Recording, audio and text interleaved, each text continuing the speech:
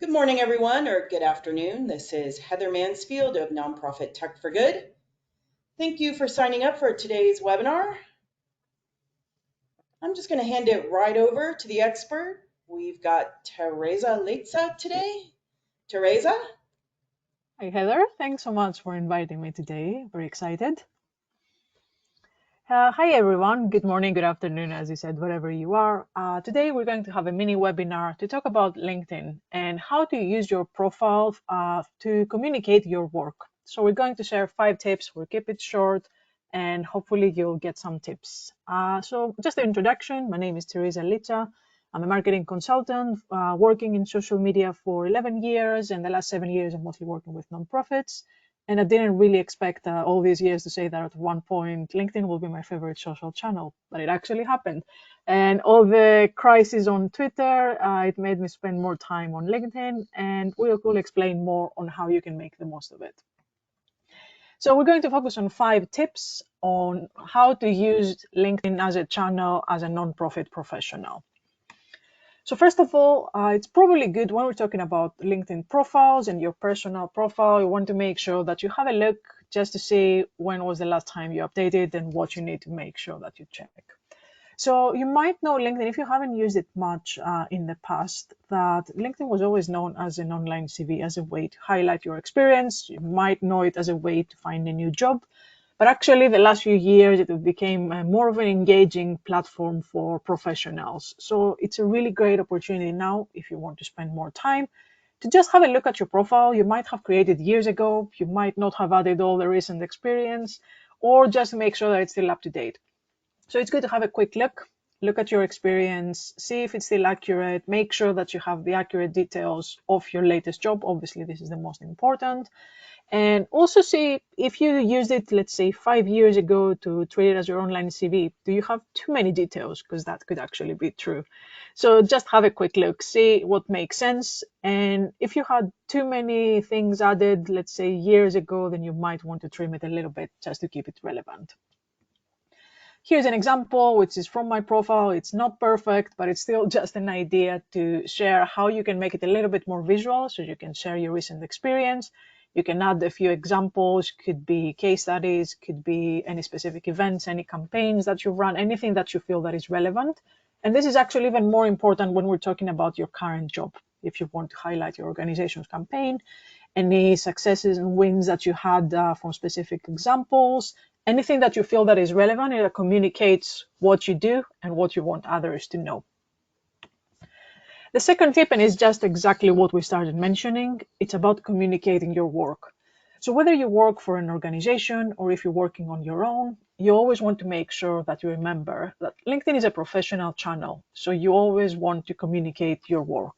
So what do we mean by that? You want to make sure that people know, first of all, what you do. What's your job? How are you working with others? If you're working on your own, if you work for an organization, how you can really support someone, or if there are any networking opportunities. So the first point would be to look at your headline. So this is pretty much what shows right under your name. And it's 2 sentences pretty much. It's quite limiting, and you want to have a summary of what you're working on. The easiest way and what's on the default is just to mention your job title, but you can also be more creative if you want and just explain who you work with, who you want to connect with. Some people, for example, they might change it when they're hiring. So you can always change that, and also good to remember that every time you share a post on LinkedIn, people are able to see that. They see their name and they see what you want to communicate in the headline. So as you can imagine, it's important because that's what most people would see from your profile. And the second part that you want to think about your profile is the About section. So this is pretty much an opportunity to add more details about who you are, what you do, anything that you want to share about your organization. And it's pretty much the longest section in terms of the content that you can add. It shows up at the top of your profile. It's probably the second or third section. And it could be something to think on how to communicate your work, where someone can find you, or who you work with. So it might be a good idea to have a think of what you want to communicate in that section. This is another section that might be useful. It's the featured section. It shows up right under the About section, and it's the visual part. It's where you can highlight some posts that you've had with great success. You might want to promote your website. You might want to promote your organization's work. It could be a recent campaign, for example, and it's a great opportunity to be more visual. You can share images compared to the About section. You can make it more consistent. You can also align it to the branding of your organization. And it's really a great opportunity for someone, if they click on your profile, to find out more details about you, who you are, and who you work with. So the third tip, and we just started mentioning that, is the link to your organization. So if you are working for an organization, you want to make sure that your profile is the starting point, is who you are, it's what you do, and it's also who you work with. So if we think, let's say you have a profile, it's either new or you might have kept it inactive for a while. As you can understand, you can really benefit from the company page's credibility. Because if you're not very active on LinkedIn, it means that by mentioning where you work, it gives you that extra boost in terms of credibility and the starting point. Once you create more content, people are able to see, for example, you work for this organization that they might already know, or you might help them at the same time to learn both about you and about your organization. But also it's really interesting to think that there's the benefit of you getting the most from the organization's credibility, but there's also the opposite effect. Your company page can benefit from your personal accounts. And it's really interesting because actually, if you also look at your feed on LinkedIn, most of the posts that you see are coming from personal profiles. So that means that there are more chances, both in terms of reach and engagement, for people to see the personal profiles. So this pretty much reverses what we just mentioned. And there is a big opportunity for your team's personal profiles to get you even higher reach than the existing company page. So if you're managing the page for your organization, it's obviously the starting point because that's where you share updates about your work, about your campaigns. But if you also get your team to share content on their personal profiles, things that they feel that it's relevant to their work, to the organization, then that really gives you a great opportunity to boost your visibility. You're getting your team more involved, so they're able to understand more of how they can feel part of the mission. And also, talking about personal profiles, it's really great because you can build the authentic relationships. It's not just seeing a post from your organization that might feel impersonal. It's also a great opportunity to connect on a more personal level. Then the fourth tip, which sometimes it can also be the first one once you're getting more serious on LinkedIn, is to define your objectives. So what do you want to get out of LinkedIn? We're saying 5 tips to get the most out of LinkedIn, but then it goes back into the objectives and how you want to use the channel. You might want to promote your organization. So this could be, for example, sharing posts from your company account to your personal profile. You might want to focus on thought leadership, and this is actually very popular on LinkedIn. People are sharing their thoughts. They want to communicate what they do. They might want to comment on recent trends. You might want to use LinkedIn for corporate partnerships. You can engage with potential partners. You can build relationships that could turn into opportunities. You can explore the idea of business development in whatever sense makes sense for you, if you're working on your own or if you want to explore partnerships again. And what's also really great, again, LinkedIn is a very professional network. There's like 1 billion people actually right now on the platform. So as you can imagine, it's great for prospecting in terms of fundraising. Or if you're going, for example, to find new prospects in terms of the corporate partnership, you can use the search database, which really gives you great insights. You can narrow it down by company, by relevance, by the connection that you have with them. There are many opportunities. It's just about understanding and remembering when you're getting started that your objectives will really shape how you're going to use the platform. As you can imagine, when you're looking for a job, there's a very different use compared to relationship buildings for sector engagement. So the objectives will really shape how you're going to spend your time. It's not always the case about posting content every single day. If you feel that you want to focus on relationship building, you might want to focus more on the one-on-one relationships. Or if you want to focus on thought leadership, as you can imagine, it could be more about creating content. So that's pretty much the case of thinking how you want to think, what you want to get out of LinkedIn, what are your objectives in order to draft your content plan. And just to share some examples, what we just started discussing on how you want to use LinkedIn and how to make it more specific. So for example, if you want to promote your organization, you can share company posts. You can read, share with your thoughts, or just share as it is. It's always a good idea. You might have noticed on LinkedIn, when you share a post, you have the opportunity to share with your own thoughts. So this is great because it really gets also into the idea of thought leadership. You're sharing your own thoughts. You might talk about a recent campaign, about an event, about a fundraising activity. So anything that's happening in your organization and makes sense for you, you can share it to promote the work that you're doing and the organization is also doing. Thought leadership, it's pretty much about sharing your thoughts. You might want to comment about recent trends. You might want to share a report, any interesting insights, anything that you feel that is something that you know and that you're really interested in. So it's just about, again, the authentic part of sharing what you want to talk about. Corporate partnerships, it could be focusing, for example, on creating a LinkedIn engagement plan. You might want to engage with a specific industry, a specific company, or even specific job titles. So you want to create a plan. How can I make sure that I start building some relationships that eventually will get me into the ideal state of securing new partnerships? That can also be in relationship building. So you want to connect with new people. You might not be sure at the start where this will get in terms of the objectives, but you want to make sure that you treat it as your online networking space. So it's, again, a very professional channel. Think of it as if you're attending a virtual conference. You want to talk with different people, and that could be a great relationship, could be a great connection, and it could also be a collaboration in the end. So you want to make sure that you give that time to not just create content or just consume content, but also to focus on that relationship building aspect. Then, of course, there could be an opportunity for business development. It could be the idea of networking, as we said, to get into different aspects. Or it could also go into prospecting and fundraising, as I mentioned earlier, to use the platform search database to try and get an understanding of all the different opportunities, because it really gives you powerful filters.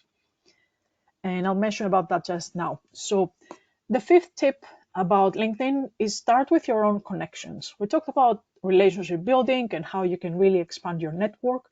But the first thing to do is start with your existing connections. So you want to find out, who are you connected to? You might have your account for years, so chances are you probably don't remember not even half of your connections. So it could be current colleagues, old ones, partners, new ones, old ones, could be previous jobs. There might be industry professionals, thought leaders, or there could even be spam accounts, which obviously is not your ideal audience. So you just want to get a better understanding of who you are connected to. And this is something easy to notice. So at the top menu bar, you go into My Network, and you can even use the search filters just to make it even more specific. If you click on the first connections, these are all the people you're connected to, but you can also expand that to give you a better idea of your potential network. So you could expand it into the second degree connections or even the third degree ones. You can even filter it into locations. You can find specific companies. There are also additional filters, for example, if someone's actively hiring. So as you can understand, this really gives you a lot of opportunities, whether it's about prospecting, networking, relationship building. It really gives you a better understanding of your network, who you're talking to, and who you want to appeal to. So this is the starting point. You're trying to understand your existing network. And then if you have specific dream audiences in mind, you start connecting with more of them. So you might have a specific job title, maybe the job title that you're also having to learn from others. You could have in mind more on the corporate engagement side and you want to target specific job titles, or you might want to make it more about checking the content ideas from others. If you feel like someone's sharing very interesting content, I want to follow them and learn more. So it really goes back into the objectives and how you want to use the channel. So how do you want to create content now? Obviously, that's a very brief mention, but we want to make sure that when we're talking about thought leadership, creating content, using your own voice, that you still get an understanding of how to make it work on LinkedIn. And actually, I hear that quite a lot. There are many people who might be active on LinkedIn. They might be checking content from others, but they really don't feel comfortable to get started. There is that perception of LinkedIn being very professional, being very serious, sometimes being very corporate, that gets many people to feel that I don't have something to share. There could also be imposter syndrome sometimes, feeling that I'm not an expert, I don't want to share something. So it's really important to remember, when we're thinking about authentic content, you just want to focus on what you want to be known for. You don't have to question your ability, because at the end of the day, everyone is choosing to follow you for who you are. So you want to make sure that you don't really overthink it, that you don't have it as a perfect strategy in order to get started. It's all about sharing your personality. So you get to decide when you're going to link your organization, how you're going to do that, what you want to communicate in terms of your work.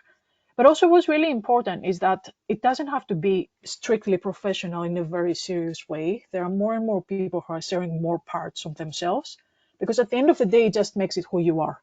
It doesn't have to go to the extreme of sharing photos while on holiday. It's not Instagram, but you still want to make sure that you create content in a sense that it shows your personality. If you're volunteering over the weekends a specific cause, you might want to share because that's who you are.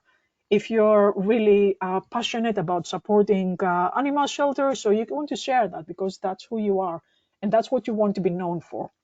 And actually, it's really surprising because in many cases, it feels that people are connecting with others on the personal level because they try to learn more from you, who you are, and how you're finding that common ground. So when you're thinking about content in general, again, focus on what you want to be known for, what you want to communicate in terms of your work. And then it's more about giving it a try. Try to share some content. You might have seen an interesting link that you enjoyed, something that was useful, and just see how it goes. So what's next? That was a quick overview in a sense of like trying to start with 5 things on LinkedIn. And what we mentioned is the first thing, have a look at your profile. Your profile is your starting point, is where you want to review everything in terms of your experience, who you are, make sure that it's up to date. Look at everything in terms of your current organization and work, just to see that if there's anything you need to change, anything to edit, or even something to remove. Then the second part is you want to confirm your objectives. So you want to make sure that you have an idea of how you want to use LinkedIn. As we said, it could be in many different directions. It could be from networking and relationship building. It could go into raising awareness for your organization. It could go part of the employee advocacy focus of managing a company page and at the same time creating content on your profile. Or you can also go more specific, for example, for fundraising, engaging partners, or having a very clear use. All of them, they don't necessarily mean that you need to create content every single day. You might not even create content every week. It's just about making sure that having a clear idea of how you want to use the channel. This means that you also get very specific with how you want to use your time, whether it's every week or every other day, anything that you feel that makes sense for you. And then as we mentioned about the content, it's all about test and learn. There are many best practices, many things on the algorithm and what works, but also we've seen that from page to page or profile to profile, the results can be different. So it's really about trying to spend more time to create different content ideas. It doesn't have to be complicated. It doesn't have to be about overthinking everything that you get out there.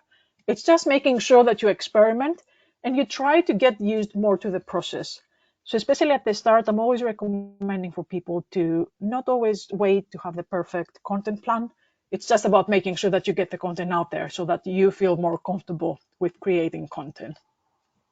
And if you need any more help, I'm happy to share more resources in terms of like additional LinkedIn training sessions. And conscious of the time, we don't have Q&A today, but of course, feel free to email me if you have any more questions. I will make sure we share the slides and the recording with everyone. Thank you very much. Hopefully you got some useful tips and we were right on time. That was a goal for the 20-minute webinar.